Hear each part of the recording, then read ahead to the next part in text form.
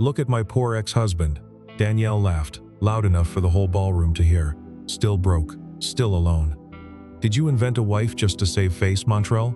He said nothing. He only smiled, calm as still water. 2 days earlier, the quiet man standing before her had signed a $412 million contract with the city of Chicago. She had no idea. And in less than an hour, her whole glittering world was about to come apart, in front of everyone she loved to impress. My name is Montrell Cain. I am 42 years old, and I learned one thing a long time ago. A man's worth is not what people say about him at a party. It is what he builds when nobody is watching. 20 years in construction taught me that lesson once. Marriage taught it to me twice as hard.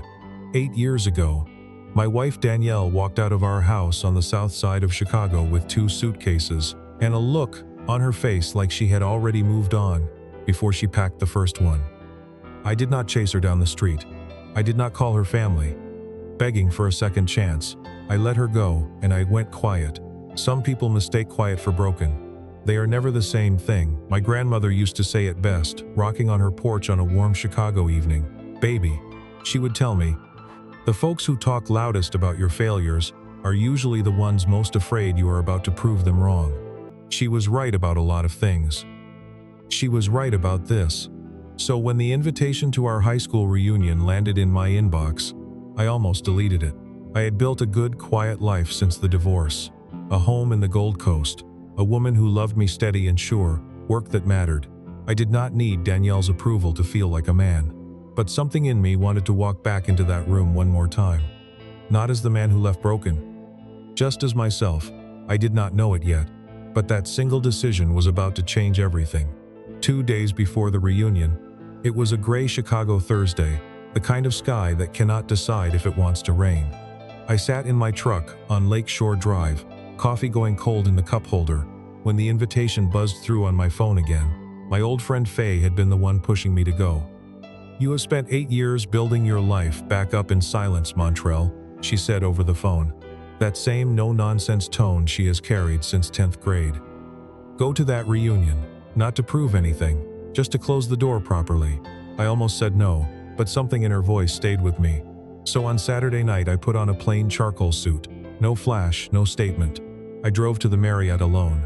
My wife, Naomi, had a foundation board meeting running late.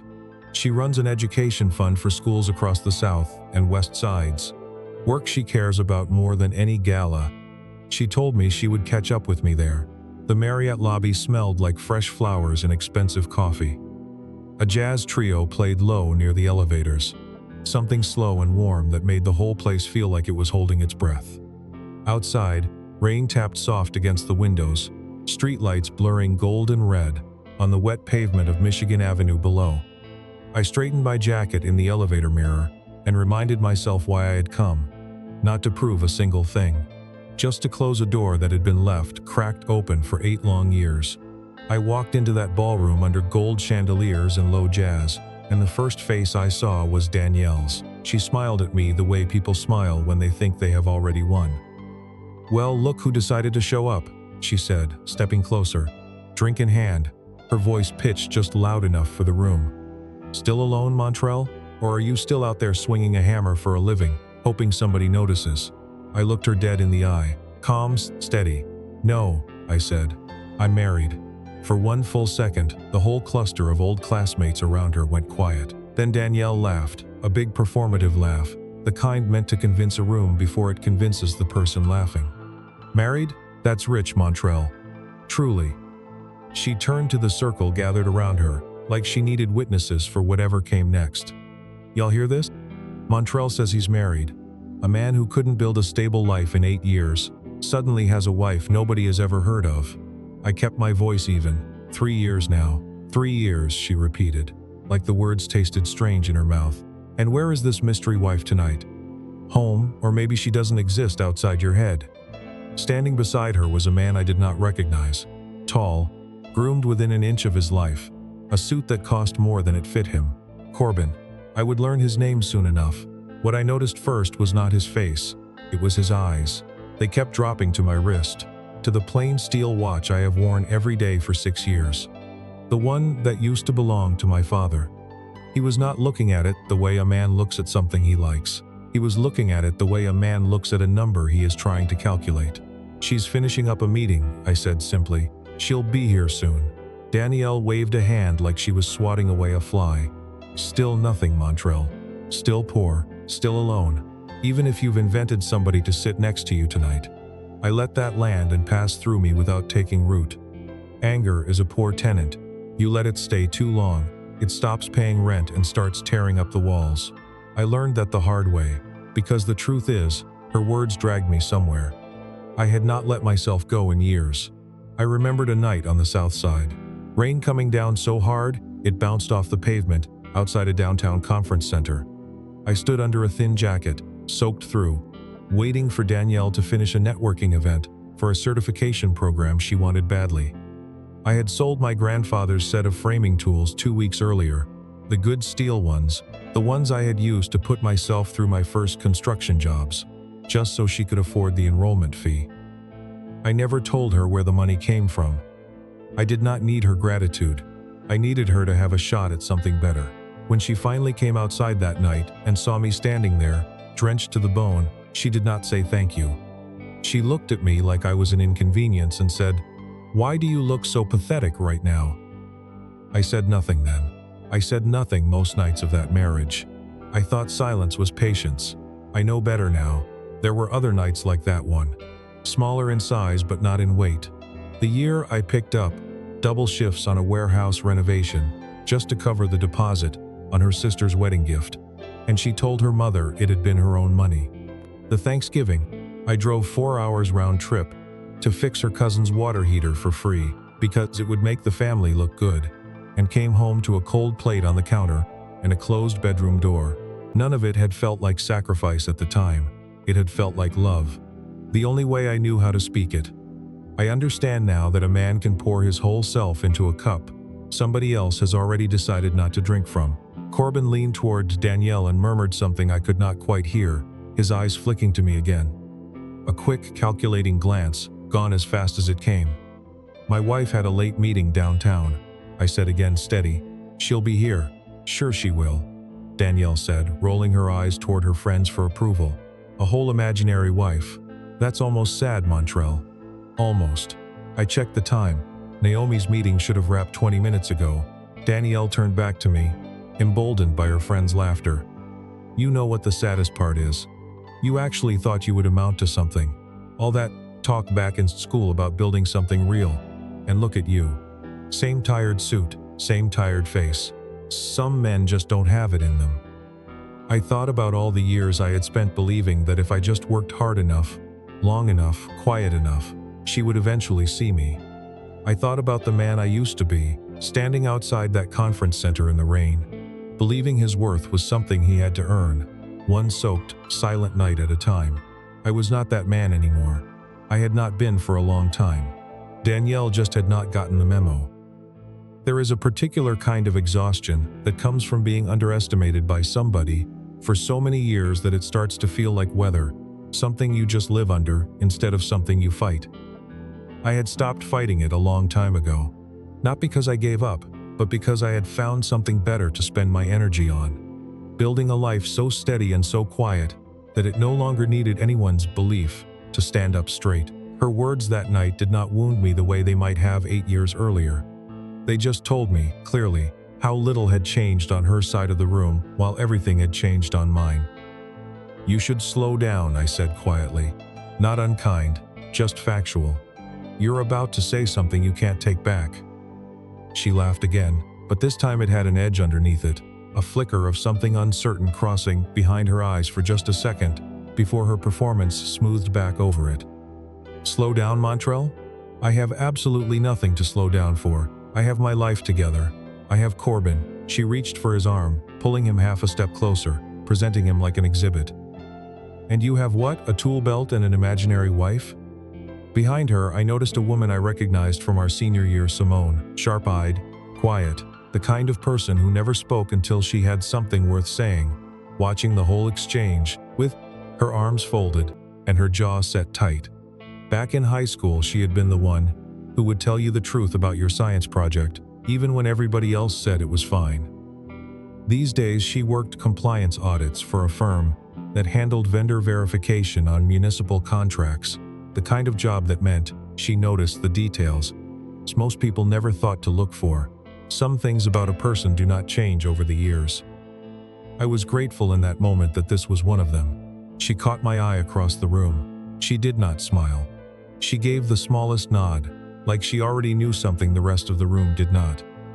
I thought about Faye's voice on the phone 2 days earlier, telling me to go close the door properly. I had not understood, standing in my truck on Lakeshore Drive, just how many doors in that ballroom were about to swing open at once. Some doors, once you finally walk through them, do not close quietly behind you. They come off the hinges entirely. Somewhere near the entrance, I heard the low murmur of a door opening, footsteps on marble, and a shift in the air of the room, the particular kind of quiet that falls over a crowd right before it turns to face something. Danielle had not heard it yet. She was still talking, still laughing, still certain the ground beneath her was solid. It was not. Not anymore. Somebody had just walked through that door, and Danielle's whole night was about to change because of it. The doors at the far end of the ballroom opened fully, and the low jazz seemed to dim half a step, the way a room does when it decides, without being told, that something important just walked in. Naomi. She wore a deep midnight blue gown, her curls swept up high, moving through that ballroom the way people move when they have never once needed a room's permission to belong in it. Heads turned. A woman near the bar whispered to her friend, just loud enough for me to catch it. "Is that Naomi Cain? The one who runs the education fund for the South and West Side schools?" Danielle turned to see what everyone else was looking at. I watched the color drain slowly from her face. Naomi crossed the room straight to me, took my hand in both of hers, and pressed a kiss to my cheek in front of everyone. "Sorry I'm late, baby," she said, warm and unhurried. That meeting ran long. Danielle's cruelty that night was never really about me. It was insurance against a fear she had carried since our marriage ended. That trading a loyal man for status might have been the worst decision of her life. She needed a room full of witnesses to help her believe otherwise, mocking me loudly in front of people who still remembered our wedding was not confidence. It was a performance for herself as much as for anyone watching. Naomi walking through that door was not just a surprise to her. It was the exact fear she had spent 8 years outrunning, finally catching up to her in the one room she could not leave. Danielle's mouth opened, then closed. When she finally spoke, her voice had lost its edge. "Oh, so you're Montrell's wife?" Before Naomi answered, she leaned in close enough that only I could hear.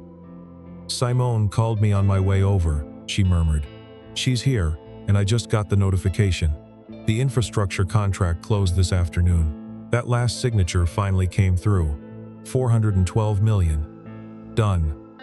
I felt that land quiet and steady in my chest, the way good news does when you have stopped needing it to prove anything to anyone but yourself. Naomi straightened, turned to Danielle, and answered her question directly. "No performance in it at all. Yes, I'm his wife, and I'm very proud of my husband, my wife. Not a rumor, not an invention, standing right there in a room that had spent the last 20 minutes calling her imaginary." The room had gone almost silent. A few feet away, someone's champagne glass hovered halfway to their mouth. Forgotten, Danielle tried to recover, forcing a laugh that came out thin and unconvincing. "Well, that's wonderful. I had no idea Montrell had." She stopped, glanced at me, then back at Naomi. "Had someone like you. Most people don't take the time to find out what someone actually has," Naomi said, still calm, still warm, no malice in it, just fact. I thought, standing there, about the first time I had met Naomi 3.5 years earlier at a community fundraiser, where she had been quietly writing checks nobody had asked her to write, and fixing problems nobody had asked her to fix. She had not known who I was that night either. She had simply watched me help an elderly man carry folding chairs back to a supply closet after the event ended, long after anyone with something to prove would have already gone home, and she had said, "Most men leave once the cameras stop." I told her I was not most men. She said she would believe that when she saw it proven over time, not over one night. It took 2 years of steady, unremarkable Tuesdays for her to finally believe it. That is the thing nobody in that ballroom understood about either of us. We had not built what we had on a single grand gesture.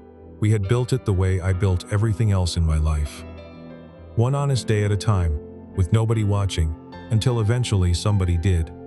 I watched something shift behind Danielle's eyes, not full understanding yet, but the first crack in the foundation. She looked at me, really looked, maybe for the first time in 8 years. I could see her running numbers she did not have access to. The tailored suit that was not flashy but was not cheap either. Corbin kept eyeing the woman standing next to me, whom half the room recognized on sight. "So," Danielle said carefully, testing the ground. "What exactly do you do now, Montrell? Still in construction?" "I run a construction and infrastructure company," I said simply. "We just closed a contract with the city." I did not say the number. I did not need to. Some truths do not need volume. They just need time to sink in. Corbin shifted his weight beside Danielle, and for the first time all night, he looked genuinely uneasy. He had spent the whole evening measuring me up like a problem to be solved. Now the math was not adding up the way he had expected. He leaned toward Danielle and said something low, just for her. But I caught the tail end of it. Didn't say anything about him actually having money. Danielle shot him a sharp look, a silent warning to keep his voice down, but it was too late. I had heard enough to understand that whatever Corbin had promised her, it had never once accounted for the possibility that I might be the one standing taller by the end of the night. That's great," Danielle said, her voice climbing an octave too high. "Really great, Montrell. I'm happy for you." She did not sound happy. She sounded like a woman watching the floor tilt slowly beneath her heels. I thought about the version of myself who used to stand in rooms like this, waiting for exactly this kind of validation, the moment someone finally looked impressed. I used to think that moment would feel like winning. It did not. It felt like nothing at all, which was its own kind of freedom. Naomi's hand stayed warm in mine. Across the room, Simone was still watching, arms folded, waiting for something. I did not know yet exactly what she knew. I only knew from the look on her face that Danielle's night was not close to being over. "You know," Danielle said, trying to steady herself, forcing brightness back into her voice, "we should all catch up properly. Corbin and I would love to hear more about the business. Wouldn't we, Corbin?" Corbin did not answer right away. He was still watching me the way a man watches. A door he suspects is about to open onto something he does not want. Walked through. A server passed with a tray of champagne, and somewhere behind me, I heard someone murmur the name of the scholarship fund at our old high school, the one I had funded quietly for 6 years. The one nobody in that room, including Danielle, had ever connected to my name. Simone had heard it too. She glanced at me once, like she was asking permission. I gave her the smallest nod back. Whatever she was about to say, Danielle's night was about to get a great deal harder. She thought the hardest part of the evening was already behind her. She had no idea it had not even started yet. Simone did not wait for an invitation. She crossed the room with the steady, unhurried stride of someone who had been waiting years for the right moment to say something out loud.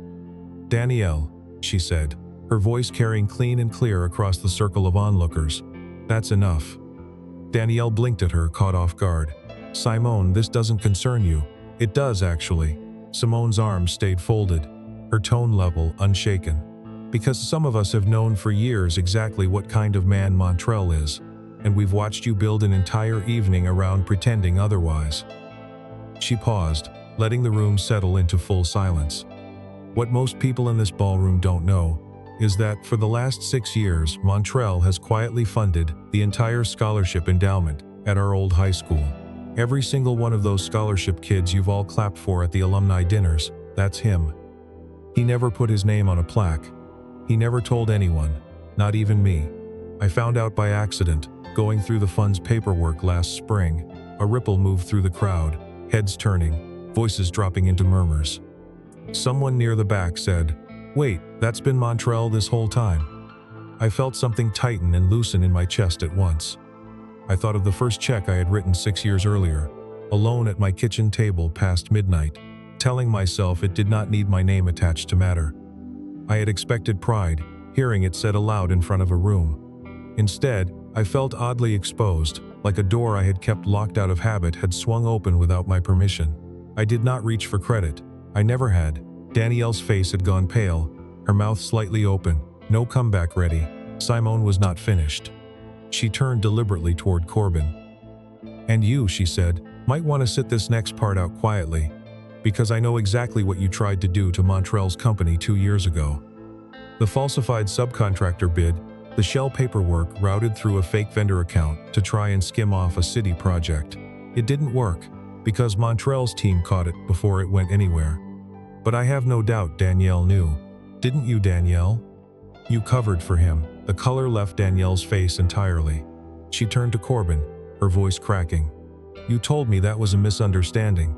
You said don't," Corbin said flatly, stepping back half a step, distancing himself in real time. "Don't make this about me right now." His hand had gone tight around his glass, knuckles pale against the crystal. The practiced ease sliding off his face for just a half second, replaced by something colder and more calculating. It was the same look he had worn all night, studying my watch. A man running numbers on an exit, not an apology. A woman near the punch table murmured to her husband, "I always wondered how Corbin afforded that condo on nothing but consulting fees." Word travels fast in a room that has already decided to stop being polite.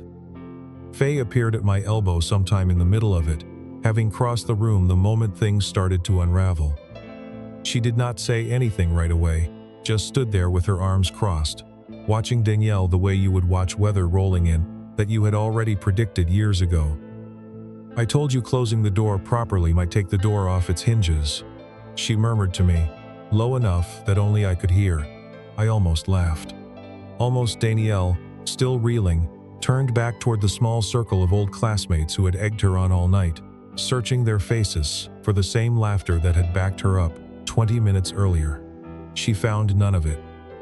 A few of them had already started drifting toward the bar, suddenly very interested in refreshing their drinks. Corbin stepping back from her was not just betrayal. It confirmed the one fear Danielle had never said out loud, not even to herself. That she had left real loyalty behind for a man who was never actually loyal to anything but his own comfort. Her deepest desire had always been simple: to never again feel like the woman standing outside in the rain, waiting on someone else's ambition to notice her. But choosing status over substance meant defending a man who, the second the room turned against him, would not defend her back. That contradiction is what broke her in front of everyone. Not the accusation itself, but the proof that she had built her whole second chance on exactly the kind of abandonment she thought she had escaped. Danielle turned back to me, desperation replacing the arrogance that had carried her through the whole evening. "Montrell, you knew about this, about Corbin's scheme, and you never said anything?" "I knew," I said quietly. "My legal team caught it. We handled it without needing to make a scene." She stared at me like she was seeing me for the first time in 8 years. "Why didn't you ever tell me?" Naomi answered before I could, her voice calm but unmistakably firm. "Because there's something else you should know, Danielle. Montrell knew about you and Corbin long before the divorce was ever filed, years before." The room went still enough that I could hear the ice shifting in someone's glass 3 feet away. Danielle's eyes went wide, then filled, her composure finally breaking all the way through. "You knew? This whole time?" I nodded once. "I knew." "Then why didn't you say something? Why did you just let it happen?" "Because for a long time," I said, my voice steady, no anger left in it, just plain truth. "I thought if I stayed quiet long enough, worked hard enough, you'd eventually choose me on your own. I didn't want to force it. I wanted you to see me." I paused. "You never did, and eventually I stopped needing you to." Danielle turned to Corbin one last time, her voice breaking into something raw and unguarded. "You told me you'd give me the life Montrell never could. You said I'd never have to worry again. What happened to all of that?" Corbin looked at her with something close to contempt. "Don't put that on me right now. Don't put it on you." Her voice cracked louder now, past the point of caring who heard. "I lied for you. I told my own mother that condo was legitimate. I told everyone in this room tonight that you were the better choice." She was shaking now, the champagne flute in her hand trembling hard enough that a little of it spilled over the rim and onto her wrist. She did not seem to notice. Corbin straightened his jacket, already halfway to leaving in his mind, if not yet in his feet. "That sounds like a you problem, Danielle. Somewhere behind me I heard someone whisper, not unkindly, "Lord have mercy." The way older folks do when they have just watched a slow-motion collision they saw coming from a mile off. The crowd around them had thinned considerably. People quietly stepping back, drifting away from the wreckage. No one wanting to be standing too close when the rest of it came down. A few of the old classmates, who had been laughing loudest 20 minutes earlier, were now studying their shoes, or their drinks, or the middle distance, anywhere but Danielle's face. I stood there with my wife's hand in mine, and I felt something I had not expected to feel in that moment. Not triumph, not satisfaction, just a quiet, settled kind of stillness. The feeling of a door finally closing all the way after being left, cracked open for 8 long years. Simone stepped back beside me for a moment, her voice low, "Just for us." I probably should have said something years ago. "You said it exactly when it needed saying," I told her, "not a minute before."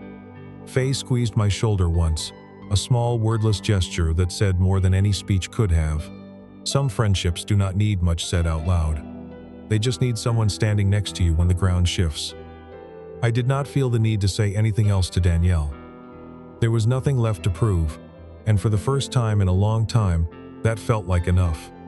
I turned to Naomi, and without a word passing between us, we both understood it was time to go. Behind me I heard Danielle's voice, thinner now, stripped of every ounce of performance it had carried all night. "Montrell, wait, please, just wait a second." I did not turn around. We walked out of the Marriott into a clear October night. Michigan Avenue was quiet, except for the occasional taxi rolling past and the wind coming soft off the lake. I opened the car door for Naomi the way I always do, and we drove north past storefronts glowing gold in the evening light, toward home in the Gold Coast. Neither of us spoke for a few blocks. I kept both hands steady on the wheel, watching the lit storefronts slide by, a bakery closing up for the night, a doorman under an awning, checking his phone. Ordinary Chicago going about its ordinary evening, entirely unaware of what had just happened a few blocks south. Naomi finally broke the silence, her hand resting lightly on my arm. "You never told me the whole story," she said. "About knowing, about the notebook." I glanced at her. "What notebook?" "The one in the bottom drawer of your old desk," she said gently. "I found it 2 years ago, cleaning out the study. Pages and pages of things Danielle used to say to you. Every insult, every put-down. Dated, almost like you were keeping records." She paused. "I never brought it up. I wasn't angry. I just didn't understand it. Not until tonight." I kept my eyes on the road a moment before answering. "I wasn't keeping it to use against her. I was keeping it so I wouldn't forget who I used to let define me." I exhaled slowly. Every time I thought about giving up on myself, I'd read a page, not for the sting of it, for the reminder never again. Naomi squeezed my hand. "You could have thrown it away tonight after all that." "I might now," I said.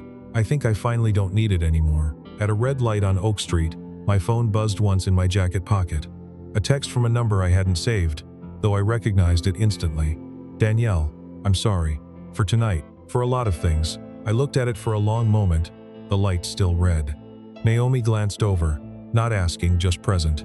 "You don't have to answer that tonight," she said quietly. "Or ever, if you don't want to." "I know," I said, and I put the phone face down in the cup holder. Some doors don't need slamming shut. You can just let them ease closed on their own weight. And that's its own kind of answer. The next morning, I stood on the back porch with a cup of coffee, looking toward the trees a few blocks over.